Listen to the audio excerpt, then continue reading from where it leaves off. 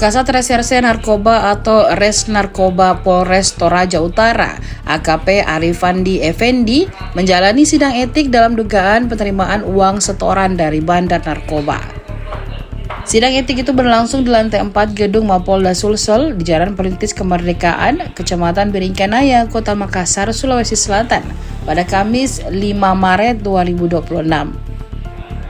Sidang dipimpin Kabid Propam Polda Sulsel Kombes Pol Zulham Effendi. AKP Arifandi Effendi hadir di kursi pesakitan mengenakan seragam dinas dengan emblem reserse di bahu kanannya. Dalam sidang itu, Kombes Pol Zulham Effendi terdengar mencecar AKP Arifandi dengan sejumlah pertanyaan. Salah satunya terkait uang setoran 10 juta rupiah per pekan dari dua terduga bandar berinisial AD dan OL.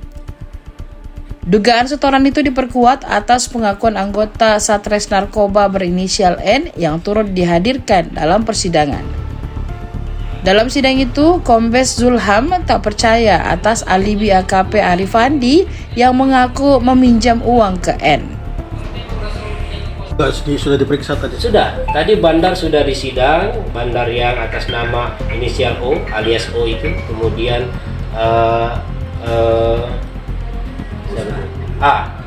A juga sudah, terus kurirnya juga sudah, ada 5 orang terduga, bukan 5 orang tersangka dan terpidana yang kita periksa tadi, termasuk 3 anggota, jadi ada 8. Ditambah dengan ya, fakta persidangan anggota atas nama N mengakui semuanya.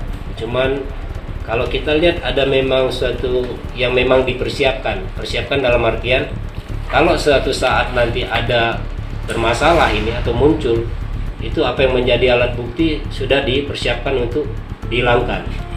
Kita bisa baca itu dan kita bisa menganalisa bahwasannya itu memang sudah disiapkan sama yang bersangkutan, salah satu dari oknum terduga pelanggar. Tapi nggak apa-apa, nggak masalah.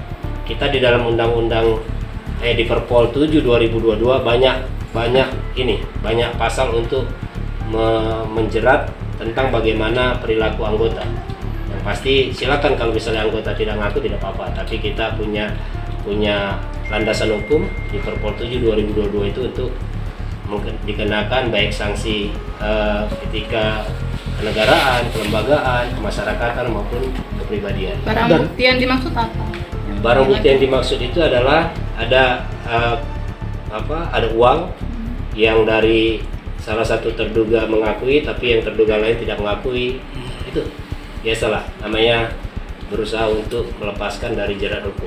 Tapi dari bandar bang, aliran dari bandar itu mengakui ketemu pertama di Hotel Rotterdam, terjadi kesepakatan, terus diizinkan untuk mengedar di wilayahnya, sehingga kan gampang. Kalau sudah ada kesepakatan, kalau memang itu tidak ada kesepakatan, harusnya kan ditangkap. Ini selama di situ dia tidak lakukan penangkapan, berarti indikasi kuat bahwasannya itu dibiarkan atau ada kesepakatan di antara oknum anggota ini atau aparat dengan bandar yang sudah diamankan dalam peraturan. Transaksinya katanya sampai 11 kali tadi. Ya, kurang lebih seperti itu. Yang dari keterangan 3 keterangan saksi menyampaikan hal yang sama. Dengan angka 13 juta itu. 10 juta per minggu, Pak. Pak, di sidang ini ada tidak terungkap begitu ada persaingan bisnis?